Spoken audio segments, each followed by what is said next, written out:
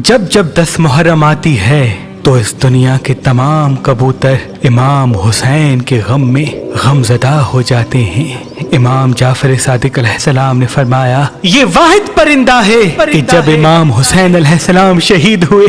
तो इमाम हुसैन अलैहिस्सलाम के खून को अपने परों पे लगा के